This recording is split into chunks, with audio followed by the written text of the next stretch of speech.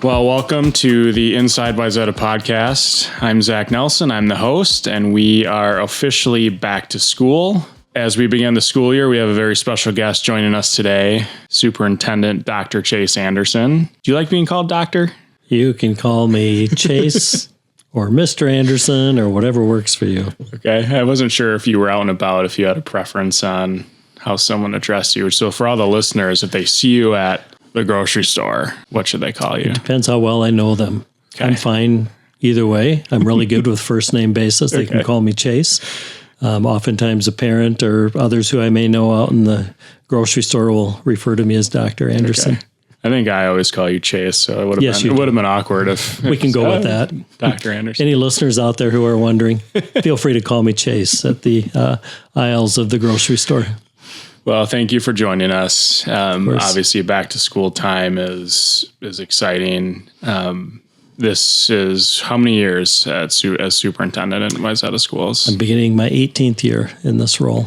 Does it feel different the first day of school compared to 18 years ago, or does it feel pretty similar? You know, I think there's parts of it that are pretty similar. What you read from the students and see in the staff, I would say year to year is pretty consistent. The kids are excited to be back for the most part. There are some that probably wish we'd extend summer for another couple weeks, of course. But I think in general, most of the kids that I talked to this week that were back in school were happy to be with their friends. Most of them were smiling. Yeah. Most of them looked happy. And we have such wonderful schools for them to come to that I can understand why they would look forward to that. And I think for the teachers and other staff that I visited with, I think there is a certain excitement that goes with it. I would say earlier on in my time with this, you're probably more anxious because this was my first superintendent role. I had 25 years of experience in education before I came here. So I was able to put that to good work. But until you've actually done this job for a few years, a lot of it can feel pretty new. And the start of a new year is always hopeful and fun. And the energy kind of helped me to keep rolling forward in a good way too. But it's a big enterprise with a lot of moving parts, and mostly you just hope that everything comes together well, and there's a lot of team members that work hard to make sure that happens. So I always found great comfort in that. Yeah, there's certainly a buzz around the district, depending on where you are, when that first day is approaching and it gets here. And right. It's a good buzz. It's a good exciting buzz. Definitely. So we're going to back up. You grew up on a farm in Iowa. I did. You know, what was it like growing up for you, like the day-to-day? Well, much like in the field of education, living on the farm can bring unpredictabilities. You don't quite know in the morning when you get up what the day will bring. But I grew up on a farm where we raised cattle. So my dad and my mom were involved in cattle feeding. We'd have about 350 head of cattle on the farm every year. And that keeps you very busy when you have livestock. They want to eat 3 times a day, breakfast, lunch, and dinner. They don't care how much snow there is, what the wind chill is, if it's raining or if it's hot. And we spent a lot of time out in the cattle yard tending to those animals when the weather wasn't necessarily so great. And it can be a challenge in a lot of ways. And I spent a lot of time doing traditional things on the farm. When you have soybeans, you do what we call in Iowa walking beans, where you literally walk up and down all those rows with the corn knife and you chop out the weeds. And typically there's no shortage of mosquito bites, gnat bites, and horsefly bites throughout as you're working through, and it's always hot and that can be kind of a challenging job from that perspective. And it's rivaled only by baling hay, which is always on a 95-degree day, high humidity, where all the hay sticks to you, and you are quite itchy by the end of the day. But growing up on the farm is great. It's like being in living on a big laboratory where you have the outdoors and you can explore and you can learn a lot just by being out on the farm or out in the crops as the crops are growing and maturing toward harvest. It's kind of an interesting life cycle to watch. So I wouldn't trade that upbringing for anything. Do you miss it at all? Yes, I do. Yeah, I do. Are you able to? So your family still has the farm in Iowa, correct? Correct. Yeah. Are you able to get back and and experience that from time to time? Well, actually, I made a trip there last weekend, so it was a quick overnighter, and sometimes I just need to go check in at that home base, and I always enjoy my time there. It's quiet and peaceful, and we don't, of course, have big operations happening there anymore. We don't have livestock, and we rent the land out to a neighbor, so we're not actively engaged in farming anymore, but it's still ours, and it's still a great escape place. It's a good reset. A lot of people in Minnesota have cabins to go to escape. I have a farm in Iowa to escape to, so that's a fun place for me to go. Whatever fills the bucket, right? That's right. When did you decide you wanted to get into education? I think I've always had in my heart that I wanted to work in education. I've always loved school. I think it was probably somewhere in my high school time, maybe when I was a junior. I just remember thinking that I think being an educator would be a good occupation or career for me. I think teaching and the work that you do in education is somewhat of a calling, and you have a feel for it, and you have to like people, obviously. You have to like young people, and you have to be a good team player and work closely with your teammates, much like the high school sports teams that I was part of. And I think I learned a lot through my participation in activities in schools. So I've always been a good school goer, and I've always really enjoyed just the optimism and the ideals and the goals that are associated with school districts. So when students reported on Tuesday of this week, I had my 61st consecutive year of having a first day of school, if I go back to when I was a kindergarten student. And that's a pretty good record.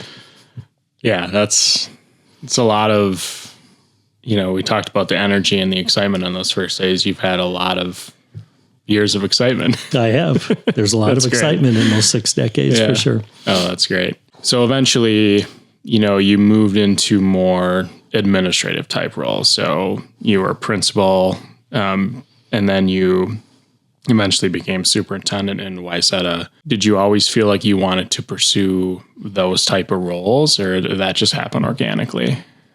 That's a good question. I would say it probably happened more organically than having an ideal goal someday of being a superintendent. I don't think I necessarily ever ruled it out, but early on when I maybe started thinking about that, I didn't really even know what the journey might look like toward that type of a role.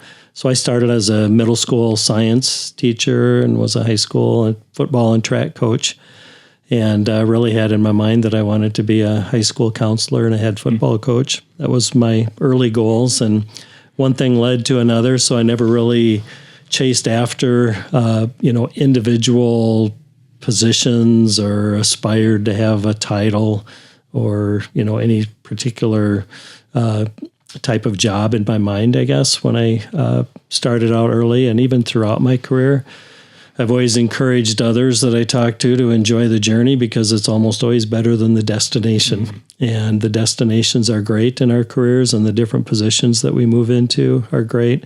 But if you aren't enjoying the moment and living in the day, you miss out on so much. And I think sometimes we can get so focused on aspiring to that next level that we don't truly enjoy the one that we're in. And I think regardless of the jobs that I've held, I've always tried to approach it from the role of being a teacher, which is where I started. And whether I was a Montessori pre-K administrator or a middle school principal or assistant principal, high school principal, or a district office administrator, those positions are all about teaching. And I would say you could probably make that argument for almost any type of job, because there's always content or knowledge that you have that you can share with others. And I think that's the great thing about the field of education. And what I've enjoyed the most is just that journey, all the wonderful students, parents, and community members that I've had an opportunity to work with and to learn from and to grow alongside has been very rewarding for me. So you've been a district resident since you've worked here, and you have 2 kids who graduated from Wayzata Schools. What does it mean for you to work in a district that you have those personal connections in? Yeah, it's been really great for my wife and our 2 kids, actually. So for the first 9 years that I was in the district, we were parents in the district as well. So within literally by the third year, we had experienced elementary, middle school, and high school because that was just the age of our kids. Our daughter was heading into fourth grade when we moved here, and our son into eighth grade, and just right away they connected. Of course, they missed their old school and their friends and their neighborhood and all those things, but they just really quickly made an adjustment into Wayzata Schools. And I credit the teachers and the principals and all the staff in the schools where our students attended, where they were able to parachute in and hit the ground running, and they were well cared for and made a lot of new friends and just really settled in very quickly. And for my wife and I, it's been great to be residents within the community. We've felt very accepted. We feel like we're able to just live normal lives. It's not like any weird thing to be the superintendent in our neighborhood. We're neighbors just like everybody else, and we've appreciated the friendships that we've developed over the years, not only for my wife and I, but for our kids too, who grew up with similarly aged kids in our neighborhood. And so it's been really rewarding for us. I've loved being a resident in the community where our kids went to school, and we've just really enjoyed living here since 2008. Can you imagine not living here and being a superintendent, or is that hard to even think about? I think it would have been a totally different experience. Yeah. It's hard to say exactly how, but some good, some bad, I'm sure. Well, maybe. I would say it's been mostly good to be here because I think I've been able to be seen as just another person living in the neighborhood and, shopping at the same grocery stores. And there's nothing mysterious or complicated or anything filled with mystique about being a superintendent or anything on that order. It's, just an opportunity to do a very unique type of work in this role and to contribute to the community in a way that you can. But it's been really rewarding and wonderful for us to be community residents as well as my professional role, and having my wife be a close partner in that and great support. I'm just very appreciative of her and all that she has done to help make this work for the better part of 2 decades now. Yeah. So we talked about a little bit as we kick off the school year. What are you most excited to see happening in our schools and classrooms? The thing I enjoy most is just seeing smiles on kids' faces. And I saw a lot of that in the last couple of days here in the first week of school. Yeah. A lot of hugs, a lot of reacquaintances, so to speak. Maybe kids seeing friends they maybe didn't see perhaps all summer, and now they're back in the same classroom, or they see them in the hallway or the lunchroom. And it's just so much hope and optimism at the beginning of a school year, which is really one of the wonderful things about working in our profession, is there's a clear start and there's a clear finish. Every year you get to push reset, and whatever went well from the year before, you try to build on it, and maybe things that didn't go so well, you try to improve it and approach things a little bit differently. And I think that's one of the things that is really exciting about education. When you visit schools, do you have moments or interactions that bring you the most joy? I think it's the kind of the subtle, out of the blue comments or questions that kids might ask me. So, in fact, yesterday I had a really good one at one of our elementary schools. I was tooling down the hallway, and I don't ever really expect for kids to necessarily recognize who I am. But a young man who introduced himself as a fourth grader flagged me down and said, "Hey, aren't you the superintendent?" I said, "Well, I am. That's really kind and nice of you to acknowledge that and to even know that," I said, frankly. And he goes, "Oh, yeah, I saw your picture in the summer school brochure. And it's just really nice to meet you, Mr. Chace Anderson," is exactly how he said it. And I thought, first of all, to recognize me. Second of all, to know my first and my last name. I was kind of taken aback, and it was just really impressive and really sweet and kind that he would, engage that way. So those are the fun things that happen when you're just cruising through the building. Or I remember last year I was at the high school cafeteria during lunchtime, and a table of students saw me standing over there eating my lunch and invited me to join them at their table. Oh, that's great. So I had a delightful conversation with them and learned all about what they like about being a student at Wayzata High School, what some of their plans are for when they graduate, and what they do in the summer months, and what they do for fun and sports and all those kind of things.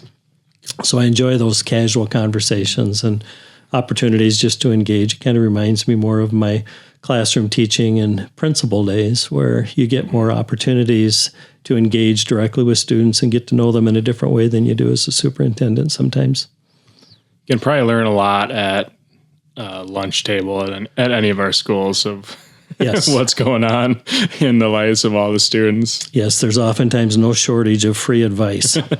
And I think on that day I did ask, so what can we do to make some improvements, or what would you like to see different? Of course, more snow days is always the top pick of almost everybody, regardless of the age, and longer summer and 4-day weeks and 4-hour days. All those kind of things are the suggestions that I get. So 18 years is a long time. What has changed the most in our schools and our buildings since you came to Wayzata? I would say the growth over that time period has been one thing that really stands out. When I came in 2008, we had 9,500 K-12 students. And this year, for the first time ever, we're going over 13,000. So we've added about 3,500 kids during that 17-year period. And built a couple new elementary schools and a new early learning school, and added on to several of our buildings. So I would say that that's probably been the biggest change that has occurred, or among the biggest of the changes. And with that, it's great. We're thrilled that people continue to want to move here and raise their kids here and send them to our schools. But it does create some challenges in regard to making sure that each one of our schools has adequate space. We just recently went through an attendance area change for the current school year. Seems like so far so good. That seems to have landed well. And we are going to be taking a look at some facility needs, or we have been actually. It's never really stopped since I came here, where we are always assessing enrollment growth and facility needs, and likely will be needing to make some expansions of some type, either in the form of new buildings and or additions, most likely both. Did you know when you took the job that there was this much anticipated growth, or was it kind of a little bit of like, wow, this is a lot going on here? Well, that's an interesting question, because I remember when I was interviewing back in late 2007 for the position, which was scheduled to start July 1 of 2008. Somewhere along the way in the process, I recall somebody indicating to me that they weren't really anticipating a lot of growth or construction happening in the future.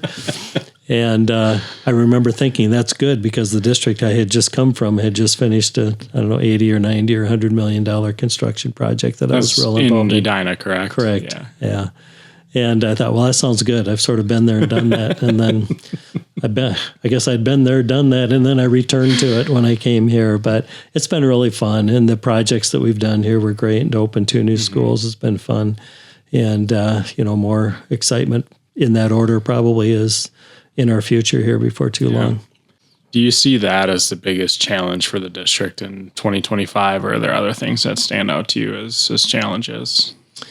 Well, that's definitely on the list. I would say that that's one of the bigger challenges. It's like a challenge and opportunity, right? It is. Yeah. And it's a good challenge, or a good problem to have, to be growing, because no one wants to have declining enrollment, and no one wants to close a school. It's much more fun and energizing to build a new one and open it than it is to close a school and let that history kind of fall by the wayside. That's always a very difficult thing to do. So I would say that's one of the bigger challenges. I think just public school funding in general is a challenge. I oftentimes have been heard to say that we have kind of a bad business model, in that we control only expenditures and we have very little control over revenues. We can't raise the prices of our goods and services to help balance the budget. It's just not how it works for us. Federal funding is relatively sparse for our district. We don't get a lot of federal aid. We get some that's really helpful, and it's important to us. Most of our funding comes from the state and our local levy approval. So we're very appreciative to our community for the support that they provide to us, and those additional funds that come our way through the voter-approved levies makes a huge difference in the quality of education that we can deliver.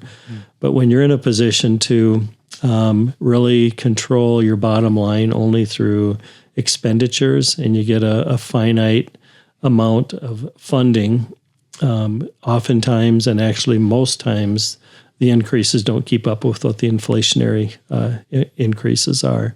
It's a really challenging business model for us. It's been helpful for Wayzata, the fact that we've had the growth that we've had over the last 15 to 20 years. Mm-hmm. Because to some degree, while it does bring in additional revenue into the district every year when you bring in more students, it also brings in more expenses. But generally, the revenues, at least in year one, exceed by a little bit the additional expenditures that you might get with those increased number of students. So you might get an additional, what would be the equivalent of 0.5% to 1% on the formula. And that brings additional revenue to it for us, which has allowed us to maintain programs and do the best we can to keep class sizes at a level that teachers and parents and students prefer. But it's still a very challenging funding model. And I've heard you talk about the formula before, and I think for people listening, I know it's pretty complicated, but can you explain when you reference a formula what that means in terms of funding? Well, all of the taxes collected channel through the state, and then the state redistributes funding per pupil. So real rough basic math is about $8,000 come back to the district for each full-time student that we have. And then our local levy that's approved through our levy process and through voter approval brings about an additional $2,000 per student to the district. So the very basic rough math is about $10,000 per student that comes to the district. And then there are additional categorical funds. We receive special education funding and some reimbursements for services that are provided, some title funding. A lot of those are just a match with what the actual expenditures are, or cover a certain percentage of some of the special services that are covered, and then the general fund does pay for some of that as well. But in general, it's about $10,000 per student, and that's what we have to work with. And if that's going up, for example, this year it went up 2.74%, which is on the bigger side, actually, of recent increases. But there were some additional expenditure requirements, and then there was a pullback of some categorical funding that the state had allocated 2 years ago, which probably brought that 2.74 down closer to 1.75 to 2.0. So It sounds better on the surface than it ended up being. Yeah. And when inflation rates exceed 3%, whether it be for transportation costs or increases to health insurance premiums, the goods and services that we have to purchase in order to deliver educational programming to our students, goes up by more than that percentage. It all kind of comes at additional loss to the district, so to speak, and we have not kept up with inflation in the state of Minnesota. And I'm not as well versed in other states, but I would guess it's probably somewhat true there as well. So it's really challenging to be able to put together a balanced budget. I think our finance team and our support staff and all the other departmental areas, along with our school board, I think do a really good job of doing that. But it's no easy task. It's very challenging, and we really have to take a close look at our budgets and make some very difficult decisions sometimes. Yeah, to me it sounds like, and I work in communications, so I'm not exactly a finance expert, but it's you have some goods in society that cost a certain amount of money, and then the price increase to make or distribute those goods. Most companies can then adjust pricing accordingly to make up for, as the prices of goods go up and down. Whereas as a school district, we're limited by whatever has been approved, at the state level, and there's no fluctuating of correct of increasing or decreasing those costs. Exactly. Yeah. Therefore, it makes it a very difficult business model. We have no control over the revenues. Yeah. If people are listening and they feel compelled to do something about any of this, what would you tell them? I would encourage them to, first of all, learn who our local legislators are. They love to hear from their constituents, and share with them the importance of public education and the importance of our local legislators, our state legislature, supporting public education, because we really are the feeder program, the pipeline for the future employees of the state of Minnesota. And we want to be positioned well to educate our students very well, and then build in incentives with our state legislators and others who define what the economic engine is going to look like in our state, and make sure that there are top-notch jobs available for kids, and then keep them here in our state, so that because we compete not only nationally but internationally now for talent, and it's important for all of us to work together and to recognize the commonality between the mission that we have in a public school district in the state of Minnesota and the larger economic engine and the employment opportunities in the future. We want for the state to continue to be one where young people want to live and raise their families and work. And it's really a team effort. And I would like to see in the future even greater partnership with that. So that was a long way to say, kind of a meandering journey, so to speak, for parents and other citizens who wish to speak out about supporting public education, to make sure that they reinforce that with their local legislators and encourage additional funding going on the formula to keep up with inflationary costs and make up for the fact that has not been getting done for decades, and we're quite a ways behind where we would be had we kept up with inflationary increases, so that we can continue to deliver those high-quality programs and continue to compete nationally and internationally with top talent because of a well-educated population. And I know I'm biased, but I don't think there's a better way to invest funds than in our young people in our state. They're worth it. We touched on this earlier. The district's growing, and if we really try to simplify it, so we get like enrollment reports from our team at the district office, and over time, that growth is pretty obvious. So like there's kind of a trajectory. I know there was a little blip during the pandemic, but now that we're growing, what does that look like from an administrative perspective? Okay, we're getting more and more students. Now what? It's a real challenge, because the numbers from this year may not look like next year. Like the pandemic you referenced was totally unpredictable. We dropped 200 students in the 2021 school year from where we finished the 1920 school year. And that was totally unpredictable. And that's a lot of listeners might recall the budget reductions process that we went through. And it had an impact on us, and we're still continuing to work our way out of that, which I think we've done a pretty good job of. But that was totally unpredictable, and it hit at exactly the worst time in March when we're doing all of our staffing and hiring.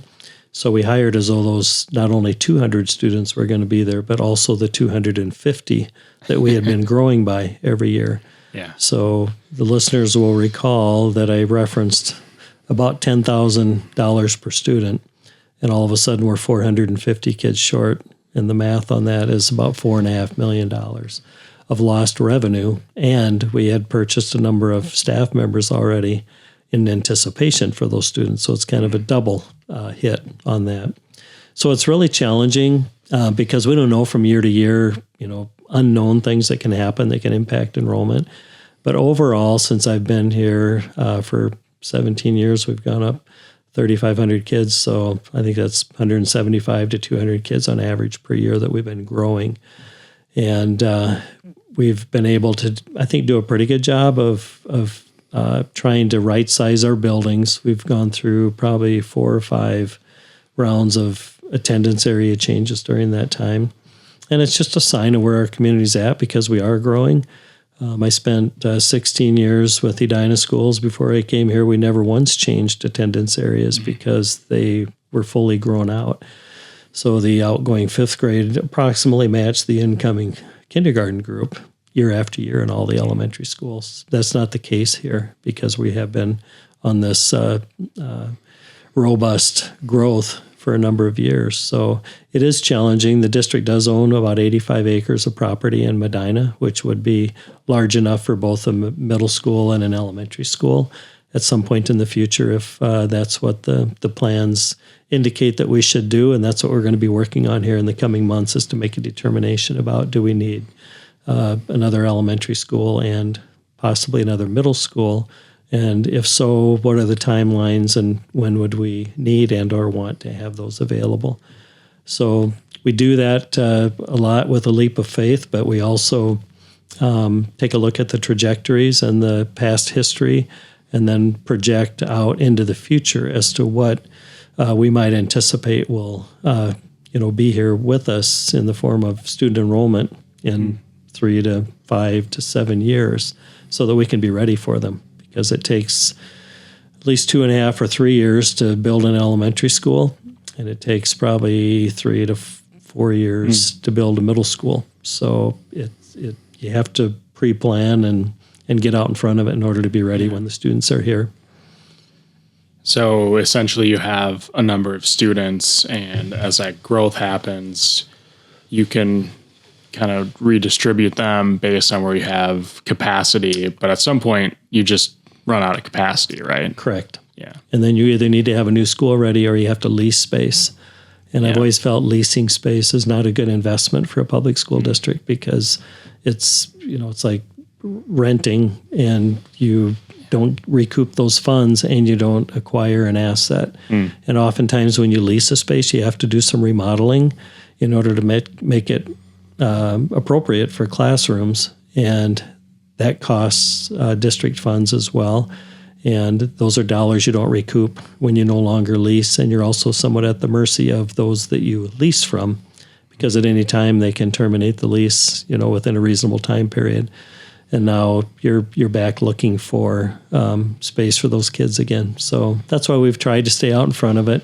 Our school boards have done a great job over the years of always having available land in order to build on if and when the time comes. And we're prepared for that again. And my best guess, and I would anticipate that we'll probably need to give serious consideration to adding to our fleet of schools soon. And the land in Medina, that coincides with the majority of building that's happening in the district, correct? Yes, and that's where the largest area of undeveloped area is right now. So the growth is going to be mostly in Medina at this point. Over the past several years, it's been Corcoran and Medina, to some degree Maple Grove, but I would say Plymouth and Maple Grove are fairly well built out now, and the greatest number of new homes are going to be coming up in Medina and the remaining portions of Corcoran that are in our district. So facility planning at the district level, I assume that involves a number of people. It's not you in your office moving chess pieces around. That's correct. Yes, and the community can be thankful for the fact that I'm not doing this on my own. We have wonderful strategic partners in the form of Wold Architects and Engineers. They've worked with us for over 15 years. As has Chace Anderson, who are our construction engineers. And those two organizations work really well together, and they work really well with us. They know us well. They know our history. They both helped us build our 2 new elementary schools and our early learning school and our expansions to the high schools and to our high school and to our middle schools and the other buildings as well. So they do the brain work, so to speak, of how do we pull this off and estimate the costs and all of those types of things. And they rely on us and our team to be able to share with them what our program needs are and what we would anticipate that we would need in a package that we would present to the community. So we've done a lot of this, not as much as they have. They've done this, obviously, not only with our district, but probably with hundreds of districts, not only in Minnesota, but in the upper Midwest or across the nation. So they're very good at it. They're wonderful strategic partners, and they're very helpful with it. And we do try to find ways to have community input. And I make annual visits to our school's PTA groups and facilities. Has always been part of my presentation to update parents who are present at PTA meetings. So I would encourage those who are listening, if they have not been regular attendees at PTA meetings, it's really a good place to go to get district updates and to learn a little bit more about some of the initiatives and things that we're working on. And there's also a team at the district level that works as like a big group with Wold and Chace Anderson, correct? That's correct. Yes, we have representation from our facilities department and transportation and teaching and learning. So really all of our departments have opportunities to weigh in and share their insights. And community ed's a big part of that because they're sort of the keepers of our facilities for community use. And we really want for our facilities to have the ownership of our community. We have about 75,000 residents that are living within the footprint of our school district. And I always like to think, even though we have 13,000 K-12 students, we really have 75,000 students and constituents within the community because we offer early ed programming and we also offer adult ed programming. And I always like to reinforce with our staff and with our school board that we want for our school district to be every resident's school district and to have them feel as though they're an important part of our district because they are. And we want them using our facilities. We want them taking our community ed classes and being a supporter and a participant. And we're fortunate that we live in a very supportive community. The district consistently ranks as one of the best public school districts in the state and in the nation. Why do you think that is? There are always multiple factors that contribute. I would say at the top of the list would be outstanding teachers who are well-trained, who take great pride in their work, who have committed to delivering high-quality instruction and developing really strong relationships with their students and their families. And I would say also having very supportive families, those who value education, who want only the best for their kids, like I would like to think we all do, and really line up to support us in every way that they can. I referenced the voter-approved levies that have a huge impact on the quality of education that we're able to provide to our students. And that's a real helpful fact of our community residents. Our businesses and other enterprises within the school district are very supportive of the work that we do as well. So I think that's really critical. We have a very good brand name. I've visited probably 80 to 100 colleges and universities across the country over the past 10 to 15 years, primarily to make connections and develop relationships with the admissions directors and other admissions personnel. And they know Wayzata. They understand the excellence that we have. And I think that brand name and that stamp of excellence that we carry on our school district is well noted by those who are in charge of accepting students into their universities. And a lot of our students have multiple opportunities when they're done with high school to move on to their first choice of higher ed. So if someone ran into you at the grocery store, maybe they saw your face in the postcard as that student did, and they, maybe they just moved into the district, and they asked you, why should I send my child to Wayzata Schools, what would you tell them? Well, this probably happens, I don't know if weekly, but not too far from that. I'll either get a case history from a parent who is currently a parent in the district or who has recent graduates. And I probably could even share with this prospective parent or maybe a new parent what I hear from other parents. And the most common things I hear, and if they don't offer it, I'll oftentimes say something like, well, I hope your kids are having a great experience with us. And almost always it's, oh, they love it. Their teachers are wonderful and they have so many opportunities and they really enjoy going to school here in Wayzata. I'll hear that.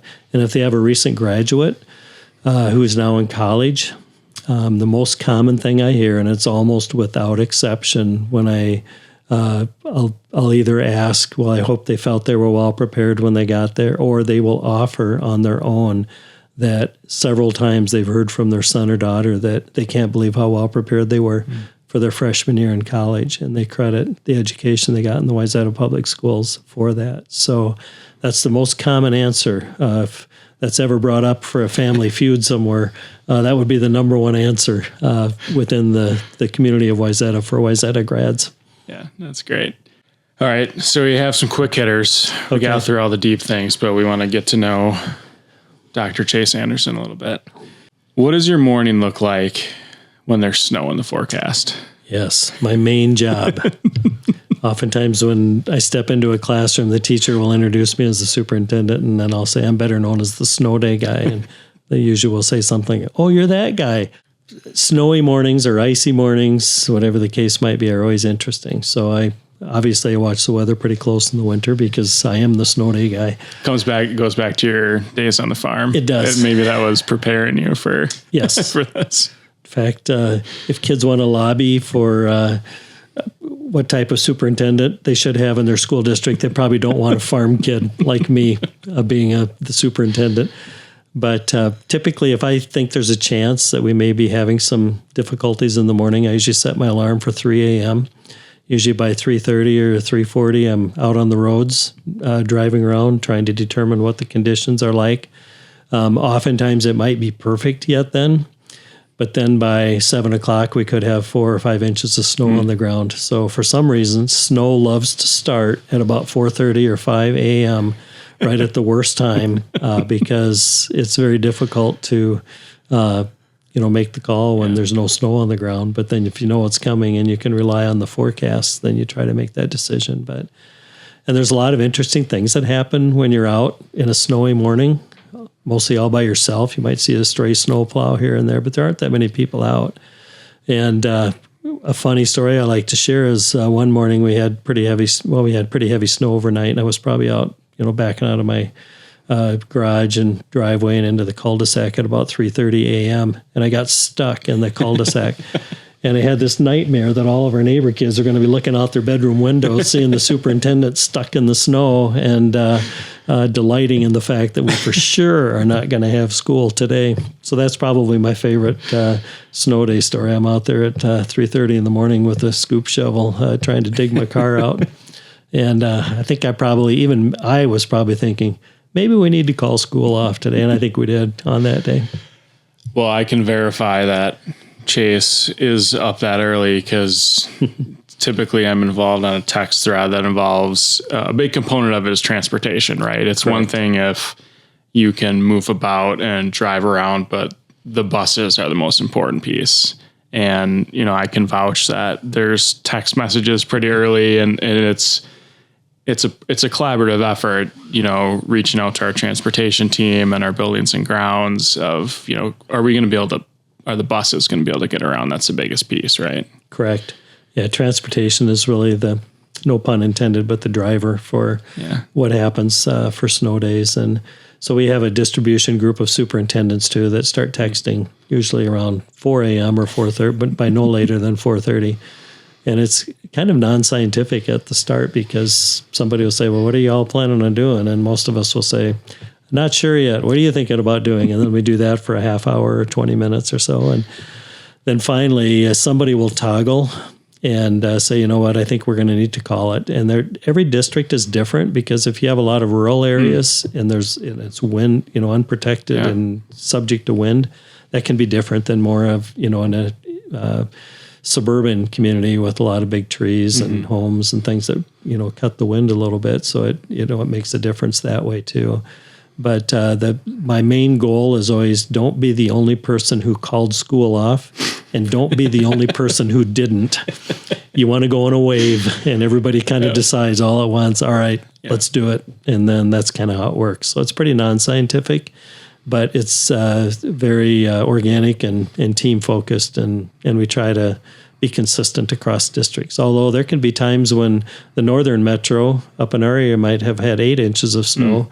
And Rosemount or Apple Valley or Lakeville might have had 2. So it can really be a tight gradient right on top of the metro sometimes, which makes it really tricky. Yeah. If you want to see Chace nervous when you have to call school in anticipation of snow, so the decision is made and there's no snow yet. And I've never seen someone wish for so much snow in those moments. There are moments, yes. You want the clouds to deliver. In fact, I remember one night when I took our dog out before bed, it was about 10 o'clock. The moon was shining and it looked beautiful. And we had just sent a message out, no school tomorrow due to a forecast of heavy snow.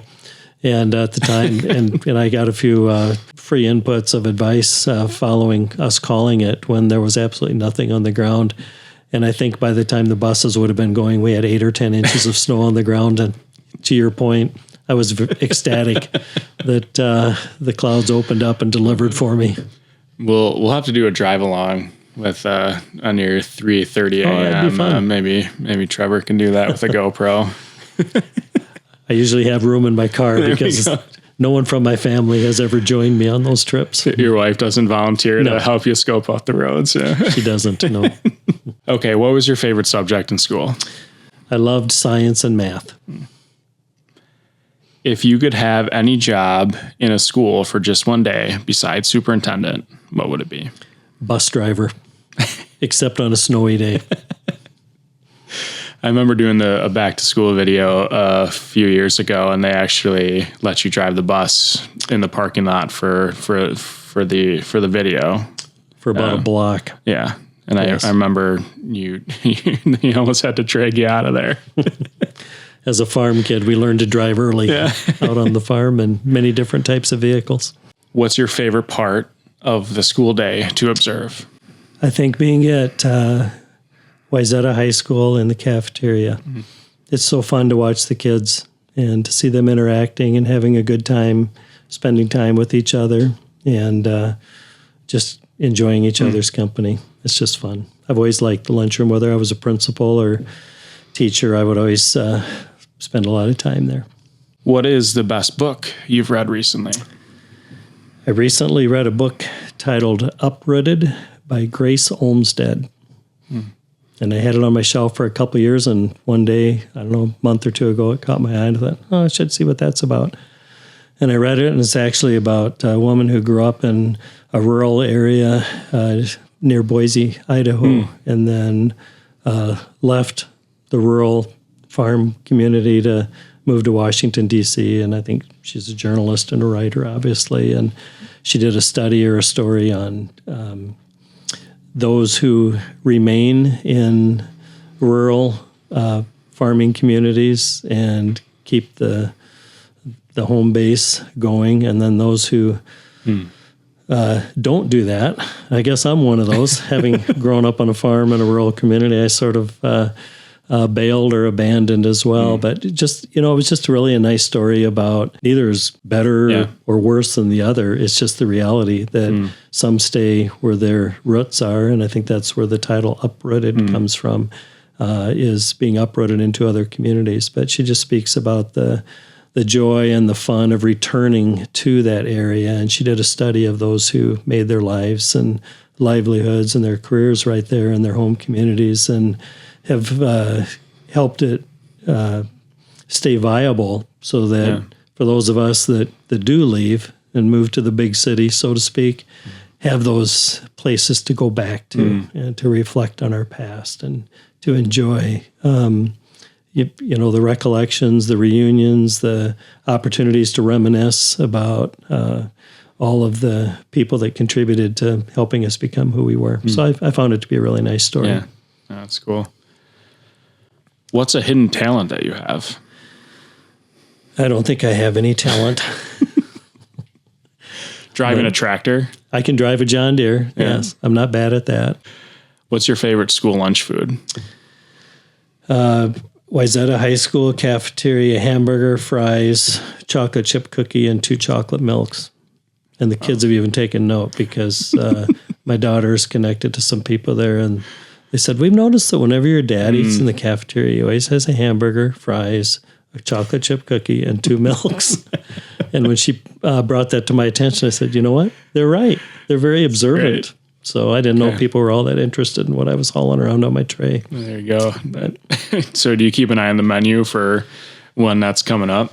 Nope. I just go to the same line, get the same thing. It's predictably good. Great. Yeah, it is amazing how many options are available for students now with our wonderful Wayzata Cafes team. I would agree. Yeah, they have a lot of great selections.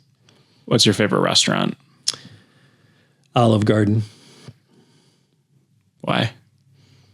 The portion sizes are good. The quality is always good. And yeah, they have Free selections that I like. breadsticks.